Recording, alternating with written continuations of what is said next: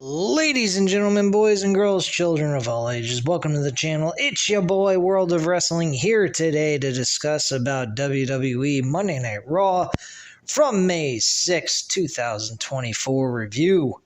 It's going to be a short and sweet, straight to the point, because most of the show was consisted of tournament matches that took place for the King of the Ring and Queen of the Ring. A lot of these matches got a lot of airtime. This show was mostly consisted of wrestling. That's one of the good things about tournaments. It helps fill in time and gives you entertainment from the wrestling-based end of things. That's one thing I do like about tournaments. And they can give you stories to develop through those tournaments that I enjoy.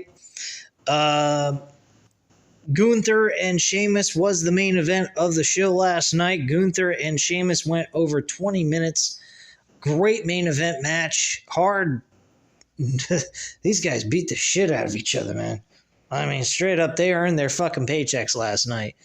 Pay-per-view quality match. Not as great as all the other matches they had in the past, but still a fairly decent matchup overall. I'd say it would have been the quality of a pay-per-view grudge match, not a championship type caliber match, but it was still a fairly decent matchup and well worthy of the main event. Obviously, it deserved the main event. But the match of the night from last night was Ricochet and Dijakovic.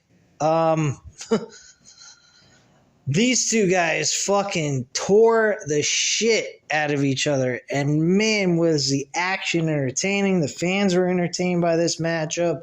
This was a solid fucking barn burner. I'd love to see these two go at it again sometime down the line in a one-on-one grudge match developed over a story between these two. I'd absolutely love to see that. The other thing, and Dijakovic actually won this match, obviously. He won in a very weird fashion. He has this new finishing maneuver I've never seen from him before.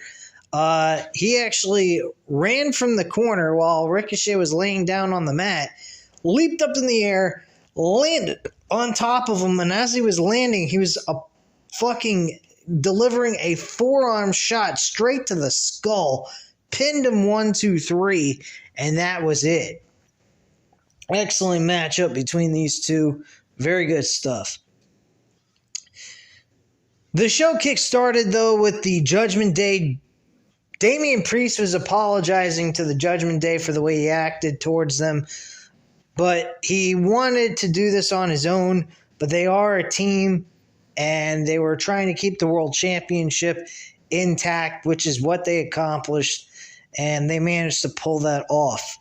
So he did apologize to them. Drew McIntyre was not able to compete tonight against Finn Balor. So that match was scrapped. And as a replacement, it was Jey Uso who replaced Drew McIntyre. Drew McIntyre was very upset that Jey Uso actually got this opportunity to take a spot when clearly he wanted to go, but the doctors wouldn't clear him for the match. He had a padding over his elbow, so he had some sort of issue with his elbow. And Adam Pearce did not see that this was a beneficial thing to do. He didn't like the idea of this taking place, so the match did not happen. And the doctors did not approve him to go in action. So he was not allowed to actually compete in the tournament. So he was taken out. And then we had Jey Uso go up against Finn Balor. Finn Balor thought he was going to get a pass for the tournament and move on to the second round with no match. But Adam Pearce rejected that idea, and Jey Uso had the match with Finn Balor. Jey Uso, of course, won the matchup. But match, I got to admit, I've been listening to JD from New York 206. I do like to develop my own viewpoint on things, and I don't like to agree with everything that another YouTuber has to say about something. I'd rather develop my own viewpoint on it, but I will agree with JD on this. Jey Uso is very generic. He hasn't been doing anything unique in the ring as a singles competitor. He reminds me of a singles wrestler as a Young Bucks wrestler. I mean, he's like Nick Jackson, super kicks galore, super kick party type of shit. It's very repetitive. And if you've seen one match of Jey Uso recently, you've seen them all in the last year or so, or a couple of months, I would say. And it's gotten kind of stale. His match with his brother was average at best. I mean, I love his entrance. I think his entrance is fantastic. He gets you pumped. I was actually there at the Royal Rumble when he was entrant number 1, and he was getting the crowd into it. He was fucking entertaining as hell, and I was following along with him, and I just thought it was fun. But I will admit, his actual matches need a little bit of a tweak to be a little bit more entertaining, different, unique, I would say. Not so generic and the same thing over and over again. So I kind of hope that he makes adjustments in his matches and starts noticing that, so that it doesn't become so stale, which it has been lately. Because I have noticed the last few matches I've seen him in, he's super kick, spear. It's like watching fucking Goldberg with two moves of doom here, with a spear and a jackhammer. He's got 3: a spear, a fucking super kick, and a frog splash, or a Samoan splash, or whatever the fuck you want to call it. And he doesn't even connect on it very good anymore. That was another thing JD mentioned in his podcast. He doesn't land the Samoan splash the way he used to. He's now landing on knees first, hands first, instead of just making it look more realistic. I don't know if this is something he's doing for protective reasons for himself and for his opponent. That might be the reason why, but it doesn't look as effective as it used to. So that's just kind of some of the critiques about Jey Uso. I do like Jey Uso as a singles competitor, don't get me wrong. I think he's very entertaining. He's better without his brother, actually. I mean, but his brother really needs him, and in some cases, to make things unique and different, I guess he could use his brother too, Jimmy Uso. So just my viewpoint on that. Jey Uso did walk away with the victory. After the match was over, I mean, we had fucking whatchamacallit? I don't even know what the fuck I'm talking about. I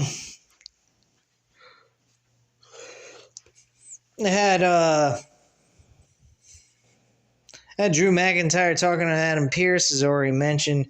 He was pretty pissed off. He got angry, drove off in his nice-ass fucking Corvette. Son of a bitch. And then CM Punk came into the parking lot right after him in this old-school yellow muscle car, gets out. Looked like one of those average Joe cars that you seen back in the 1980s or 70s. Not so well kept and everything. Just normal type of shit. CM Punk comes out of it and he goes, "So what's going on with Drew? I got something to tell him," to his face. And he goes, "Oh, he just left." And he's like, "Oh shit." So he's like, "Okay, well, he's not completely gone yet, so he could turn the car around. I'm going to go ahead and talk to the audience and see if he comes out there, because I got something to say and get off my chest." So you see the cameraman following him from behind, and you get to see all the shit going on backstage. I think this is amazing stuff. These cameras these new camera views that we're getting from WWE is new, unique, different, super fucking cool. You get to see everything that's going on. What what leads them to the ring, how they get to the ring, and everything else.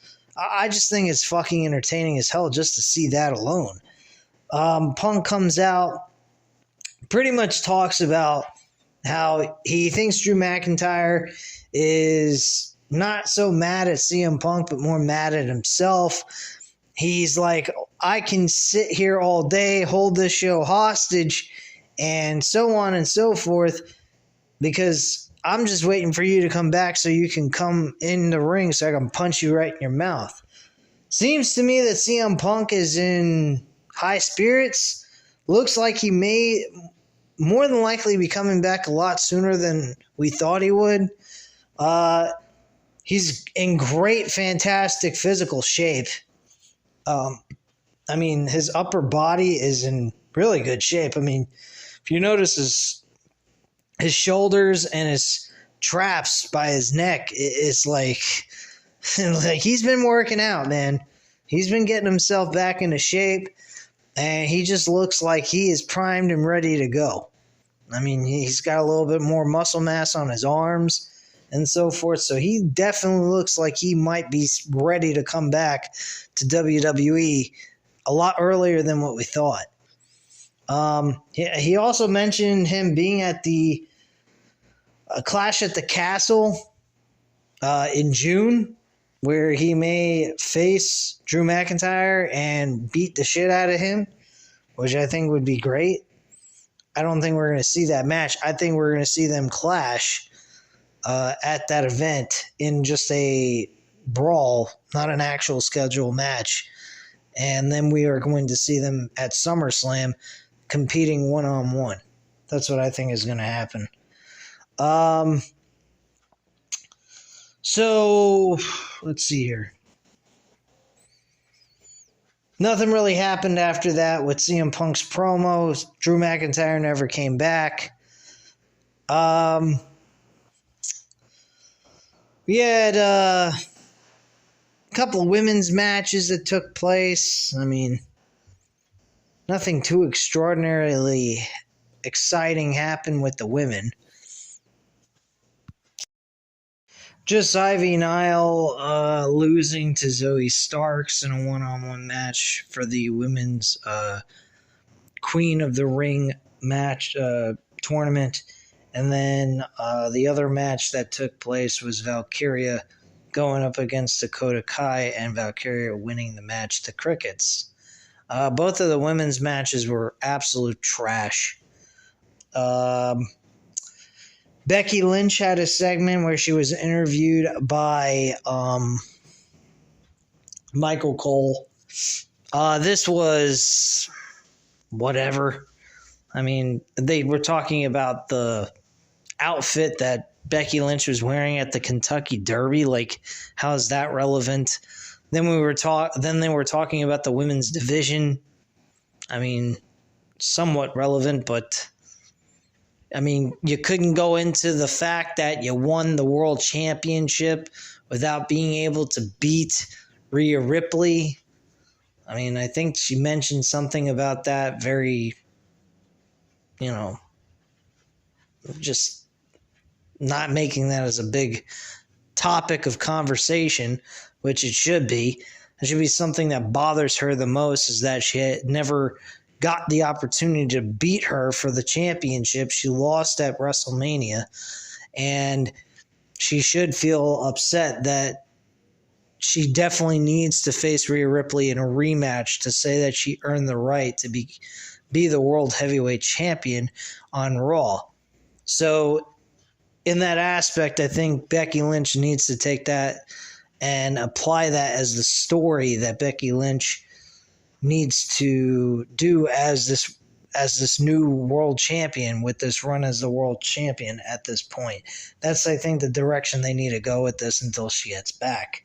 In the meantime, she needs to squash her competition, beat everyone on the Raw women's roster with that title on her shoulder, And when Rhea Ripley comes back, which I believe she'll be back by probably the fall or winter time, that's when Rhea Ripley comes back. And they could do one or two things. Have Rhea Ripley win the Royal Rumble, face Becky Lynch in a rematch, and Becky Lynch loses again to Rhea Ripley, and maybe even put her in retirement. Because I'll be quite frank with you guys. I don't know if Becky Lynch really has more to prove or much more to give to the WWE. It's kind of become stale. She's got nothing more to do. She's accomplished a lot of things in just a less than 10 years. And honestly, I think that she's done everything she needs to do in the WWE. I think basically she's reached her peak. She could, if she wanted to retire, go ahead, be stay at home with her kids, with her one kid that she has, to take care of her daughter, while Seth is just doing his thing in the WWE to take care of the family. Seth, I mean, he's really done a lot in WWE. He doesn't have much more to prove. I mean, he could develop new character and whatnot. I mean, he's really changed his character over the course of 10 plus years. So that's impressive. He's reinvented himself, which is good. Talent-wise, as it comes to pro wrestling, I mean, he's pretty much faced a lot of guys on the roster. Except for these new kids that are coming from the NXT roster, I don't honestly see Seth Rollins having much to do in WWE. This might sound crazy, and it may never happen. I highly doubt it, because he's very comfortable where he is, and I wouldn't blame him for staying in WWE, but I mean, he's got a lot of new talent he could work in AEW. The problem is it safe to work in AEW? Creatively, they're not doing great. They have so much talent with very little creativity.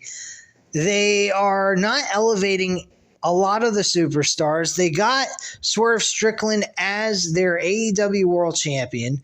He didn't do much of anything coming out of the Dynasty pay-per-view.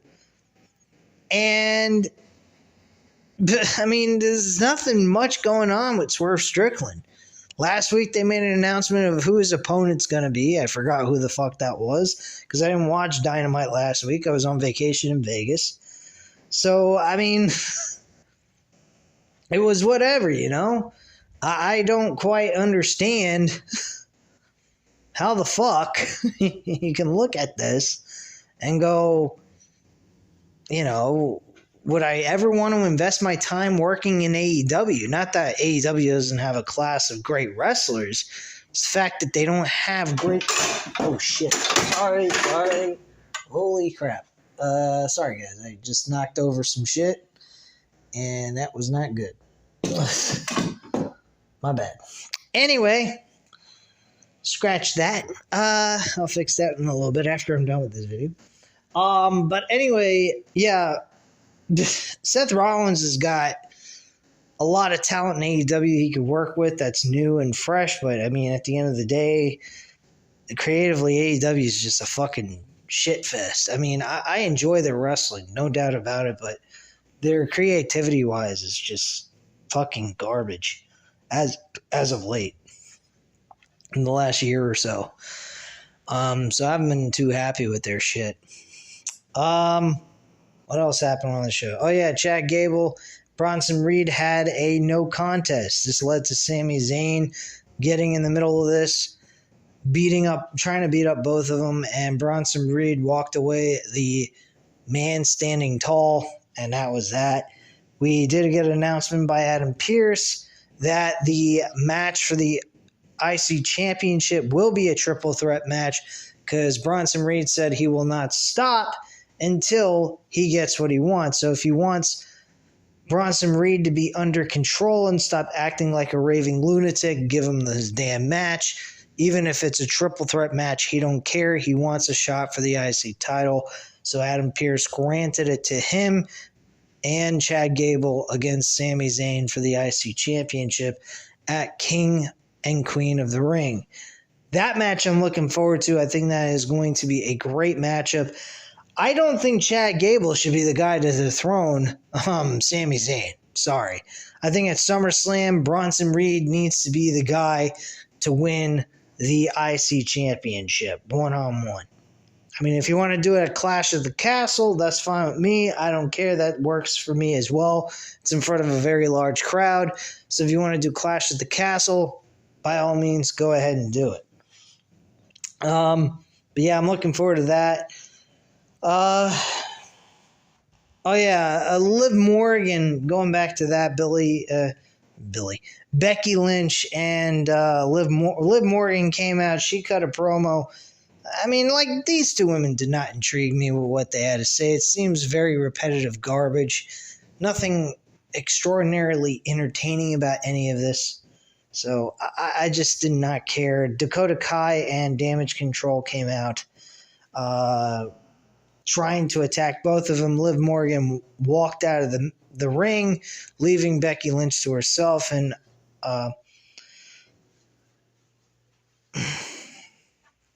Valkyria, whatever her fucking name is, from NXT, which she came to crickets to, ended up making the save to Becky Lynch. So now we're getting reenactments of Bianca Belair and somebody else, I don't remember, who was fighting against Damage Control the whole entire time. But whatever. Complete, utter boring fest. Nothing entertaining about this situation. And R-Truth had an appearance with The Miz. They were trying to get new tag team opponents for their tag team titles. And apparently R-Truth now wants to face an entire basketball team from college. From the UConn basketball team. Wow. Sounds pretty fucking retarded. Sounds idiotic. I don't have a fucking idea why the hell that is even taking place on our show. But it was. There were some good things about the show, and then there were some, like, things I didn't give two flying fucks about. So that was pretty much that. Rest of the show is wrestling galore. If you like wrestling, you got it right up your ass. The women's wrestling was pretty shitty, though. We'll admit that. Did not care for the women's wrestling in the Queen of the Ring tournament, so I was not totally intrigued by that. But the rest of the show, wrestling-wise, was very good. And I think Raw was a fairly decent show. Storyline driven wise, it was decent. I mean, Dragunov got an actual promo video kind of introducing him to the audience that have not been watching NXT and are not aware of him from NXT UK. They went ahead and gave them an insight of what he's all about. So I thought that was a good one that they did before they had his match. So overall, this 3-hour show is well worth the time. It actually gelled well. There was just, like I said, a few mishaps here and there that made the show kind of suck. But majority of the show, it was a very good show. And I enjoyed it for what it was. And I don't think that too many people would complain about the show. If you do, well, I mean, that's on you. That's your viewpoint on it. Mine was totally different. I think this was a fairly decent show, watchable, and it got me through 3 hours, and I didn't feel so bored like I usually do by the third hour. So congratulations to WWE for managing to entertain me for at least 3 hours, or at least majority of it, without making me want to go ahead and turn the damn TV off because I'm just bored and burnt out from watching it, which is usually what a Monday Night Raw does to you by the third hour. But anyway, guys, at this time, that is all I have to say on this review. Fairly good show. Some critiques, some good things, some bad things, but majority overall, it was a good show. And I think that this show deserves a thumbs up for what they did. Needs a little bit more work to make it a close to perfect show. But hey, they're making strides to be better. They're not like what they used to be when Vince McMahon was running the show. So I do feel there's some changes. Some changes are still the same. I mean, some of the things that are happening on WWE is still the same when Vince McMahon was in control. Like, this draft was an absolute fucking joke. I don't know what the fucking point was of this draft. Can we stop doing these let's start the rosters over again bullshit and just say, hey, we're just drafting 4 guys from each brand. We take 4 of them, get them, and take them, and make the pick. That's all. That's all it has to be. Get 2 picks, both Raw and SmackDown, on SmackDown, and then 2 picks on Raw, and that's it. Boom. You can have 2 nights where all brands, everyone from the roster can compete on both shows. So we get a mixture of everything going on. We can see, rivalries reignited, or, see guys from Raw and SmackDown even have competition over which, you could also go back to the old days when they used to have a match. The brand that won would get a pick and get to choose their pick from the other brand. That's another thing they could do. Or just as simple, you get 4 or 5 picks, and there you go. Or we'll do 6 to make it even, have 3 rounds, 1 pick of each from each brand, and there you go. Problem solved. Done. And do it on Raw, and then do it on SmackDown. There you go. And you can have matches with inter-promotional matches, where you could have Raw versus SmackDown matches and do that too. I mean, there's all kinds of shit you could do with this. But having a full-fledged draft, I think is idiotic because it's a repetitive thing. It's the same fucking stars most of the time going to the same brand. There's nothing different. It's just a waste of airtime, personally. I think they need to just go ahead and say, hey, you get 3 picks on each show, so Raw gets 3 picks on SmackDown, SmackDown gets 3 picks on SmackDown, and vice versa on the Raw brand. And there you go. That's all you have to do. I mean, you don't have to do a full-fledged fucking draft of the entire roster, basically putting everyone on the same brand that they already were on to begin with. I mean, there was no shakeup, hardly at all. So, that's just my viewpoint on the draft, but anyway, guys, that's all I have to say at this time. You know what to do. Hit the like button if you like this video. Hit the subscribe button if you're not already subscribed to the channel. Leave a comment down below. I'll definitely get back to you on that. Thank you guys very much for watching. And tomorrow will be AEW Dynamite review. And then on Thursday, I will give you guys my 4 best UFC picks for betting this coming Saturday. I do have a boxer I'm very interested in, Lomachenko. I will go into that as well if you guys are at all interested in boxing, along with the UFC Fight Night event that's taking place this Saturday. So keep an eye out for that on Thursday. And I thank you guys again for tuning in, and I'll speak to you again soon. Bye.